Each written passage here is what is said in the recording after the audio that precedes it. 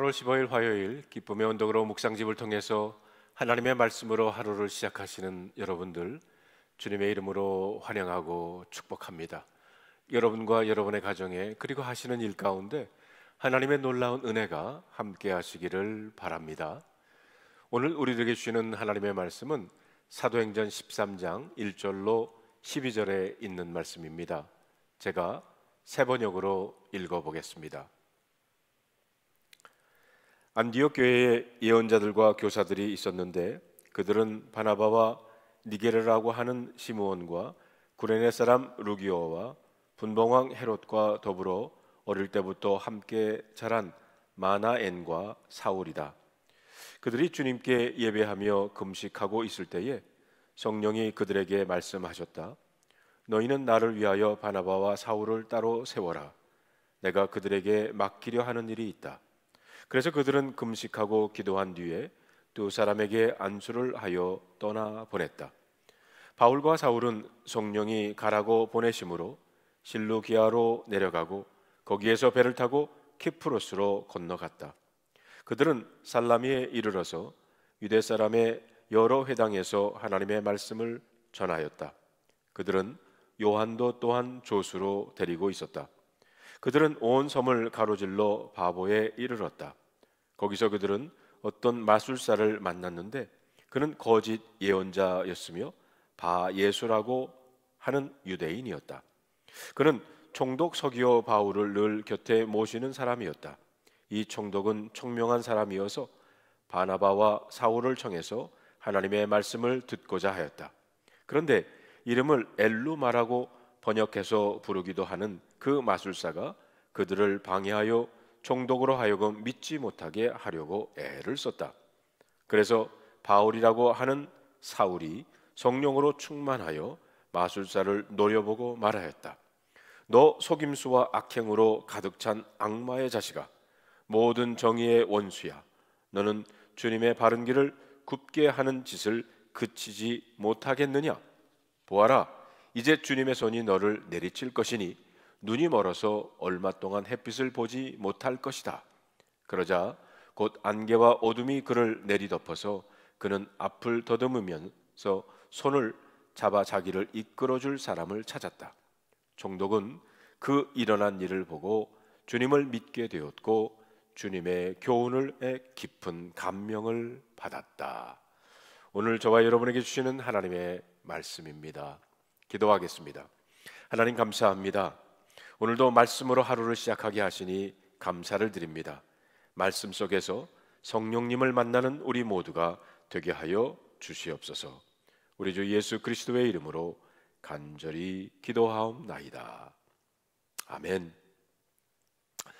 오늘 본문에 보면 안디옥 교회는 역사상 처음으로 바나바와 바울 두 사람을 선교사로 파송을 합니다. 우리가 알다시피 안디옥 교회는 이제 막 시작한 아주 어린 교회였습니다. 그런데 영적 지도자들이 모여서 주님을 섬기면서 금식을 할 때에 성령님께서 내가 불러 시키는 일을 위해 바나바와 바울을 따로 세우라고 말씀을 하십니다. 이들은 성령님의 말씀에 순종해서 두 사람을 이방 선교를 위한 선교사로 파송을 합니다. 그런데 여기서 중요한 것은 이 두 사람을 보낸 분이 바로 성령님이시라는 겁니다. 자, 4절과 5절에 있는 말씀을 우리 함께 읽어볼까요? 바나바와 사울은 성령이 가라고 보내심으로 실루기아로 내려가서 거기에서 배를 타고 키프로스로 건너갔다. 그들은 살라미에 이르러서 유대 사람의 여러 회당에서 하나님의 말씀을 전하였다. 그들은 요한도 또한 조수로 데리고 있었다. 여기에 보면 두 사람이 성령의 보내심을 받았다라고 합니다. 두 사람을 선교사로 파송한 이 일이 성령님이 하신 일, 바로 성령님이 주도권을 가지고 하셨다는 겁니다. 바나바와 바울을 파송한 주체는 어떤 개인도 아니고 안디옥 교회도 아니었습니다. 성령님이 주도적으로 두 사람을 따로 세우라고 하셨고 성령님은 두 사람을 선교사로 보냈던 것입니다. 이렇게 선교의 주체, 전도의 주체는 언제나 성령님이십니다. 세계 복음화에 대한 꿈은 안디옥 교회나 바울의 꿈만이 아니었습니다. 이것은 우리 주님의 꿈이요 주님의 비전입니다. 그러므로 우리가 하나님의 역사에 동참하고 하나님 크기의 일을 체험하려면 무엇보다도 먼저 우리는 성령의 보내심을 받아야 합니다.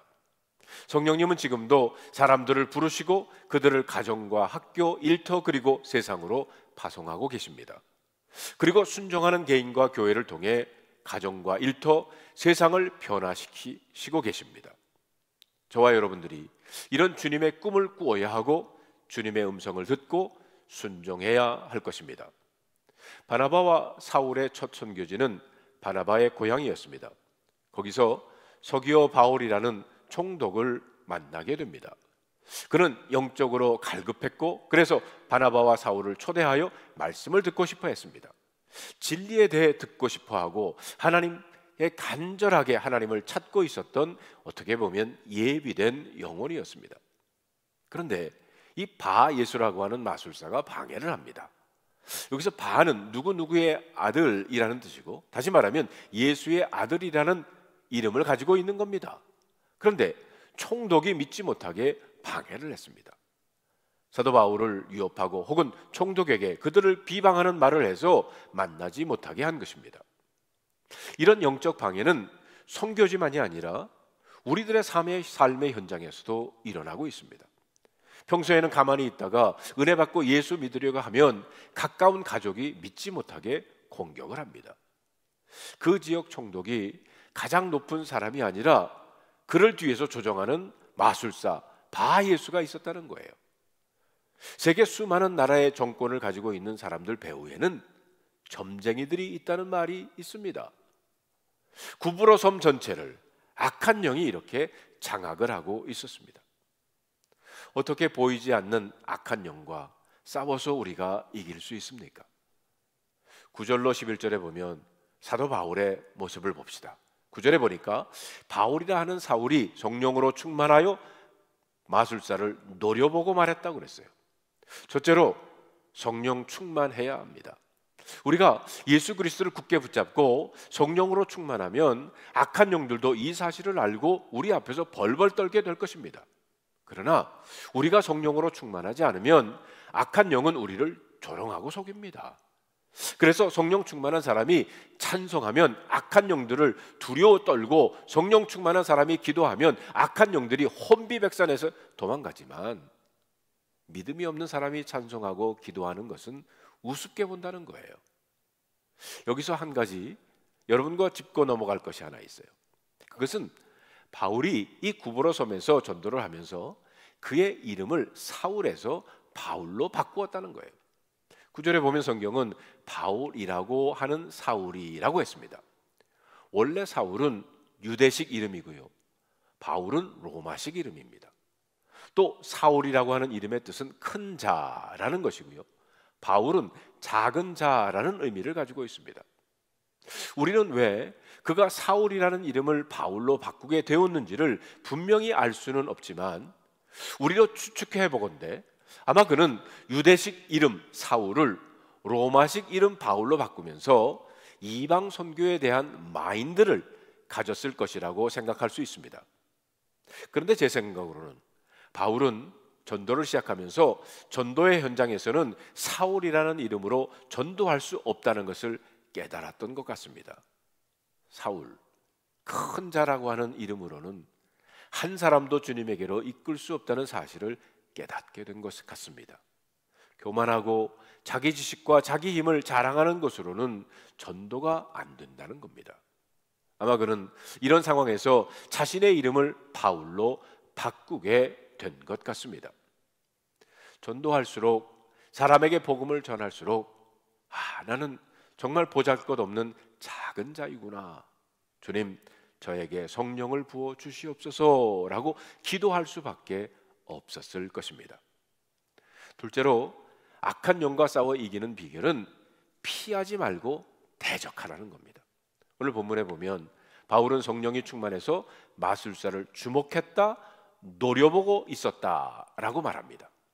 여기서 주목했다고 하는 말은 히라보로 아테니조라는 단어인데 전혀 주저하지 않고 똑바로 보다라는 뜻입니다.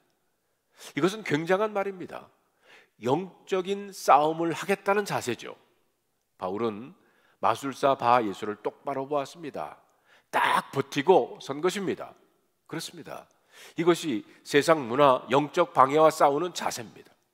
우리는 영적인 방해가 좀 있다고 전도를 포기할 수 없어요. 그렇기 때문에 미신 문화와 악한 영의 방해에 대해서 슬그머니 등을 돌리고 피하지 말고 똑바로 쳐다보고 싸우겠다고 하는 분명한 의지를 가져야 합니다.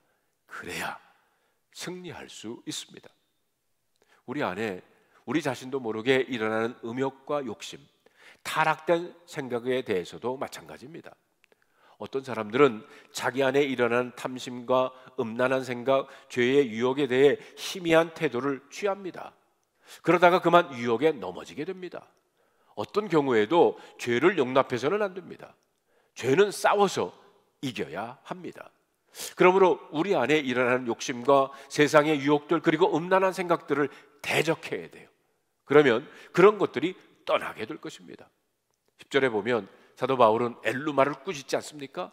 너 속임수와 악행으로 가득 찬 악마의 자식아, 모든 정의의 원수야, 너는 주님의 바른 길을 굽게 하는 짓을 그치지 못하겠느냐? 우리도 악한 영을 향해 꾸짖어야 합니다. 이 더러운 영들아, 우리 집에 가만히 들어와 부부 사이를 이간질시키고 자녀들과 관계를 깨트리는 이 악한 영들아, 지금 결박을 받고 떠나갈지어다. 이 더럽고 악한 영들아, 우리 교회에 들어와서 교인과 교인 사이를, 목사와 교인 사이를 이간질시키는 이 악한 영들아, 지금 떠날지어다. 성경 지식이 있다고 악한 영이 떠나는 것 아닙니다. 착하게 산다고 악한 영이 사라지는 것 아닙니다. 예수 이름의 권세로 악한 영을 대적할 때 더러운 귀신이 떠나게 되는 것입니다. 그런데 아무리 예수의 이름으로 악한 영을 꾸짖어도 변화가 없다고 탄식하는 분들이 있어요. 목사님 말씀처럼 예수님 이름으로 저도 한번 대적해 보았습니다. 음란한 영아 떠나거라, 혈기야 내게서 떠나거라, 우리 가정에 있는 모든 불화가 예수의 이름으로 다 떠나갈지어다, 질병아 예수님의 이름으로 명하노니 내게서 쫓김을 당할지어다. 그런데 실제로 내게는 그런 역사가 안 일어나니 답답하다고 합니다. 성경을 읽으면 박수 엘루마에게 하나님의 권능이 임하여 그가 소경이 되는 역사가 나타나고, 그래서 하나님의 영광도 나타나고, 나는 아무리 예수의 이름으로 물러가라, 떠나가라, 쫓김을 당할지어다 해도 아무 역사도 안 일어난다는 분들이 계십니다. 성도 여러분, 이유는 간단합니다. 그것은 사도 바울을 겉으로 흉내만 내기 때문입니다. 영적인 싸움은 소리 지르는 것만이 아닙니다. 예수의 이름으로 떠나가라 소리 지른다고 영적 전쟁을 한 것이라고 생각하면 착각입니다. 사도 바울은 소리를 지른 것이 아닙니다. 그 박수 속에 역사하는 악한 영에게 그저 소리만 지른 것이 아니라는 겁니다. 사도 바울이 예수의 이름으로 꾸짖고 제압할 수 있었던 것은 사도 바울 자신이 나는 죽고 예수로 사는 십자가의 사람이었기 때문에 그가 예수의 이름으로 선언한 것이 권세가 있었던 겁니다. 사도 바울이 이렇게 고백합니다. 내가 그리스도와 함께 십자가에 못 박혔나니 그런즉 이제는 내가 산 것이 아니요 오직 내 안에 그리스도께서 사신 것이라. 이제 내가 육체 가운데 사는 것은 나를 사랑하사 나를 위하여 자기 몸을 버리신 하나님의 아들을 믿는 믿음 안에서 사는 것이라. 성경은 사도 바울이 성령 충만했다고 했습니다. 이것은 사도 바울이 사탄아 물러가라고 소리만 질렀다는 말이 아닙니다. 사도 바울은 나는 죽고 예수로 사는 온전한 예수님의 사람이었습니다. 이 믿음으로 그는 마귀를 대적할 수 있었던 것입니다.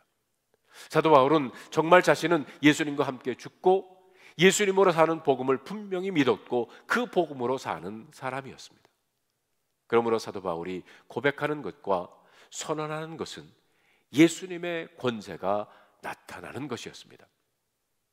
성도 여러분, 여러분에게 하나님께서 마귀를 제압하는 권세를 주셨는데 여러분이 분명한 십자가의 사람일 때 그런 역사가 일어날 줄로 믿습니다.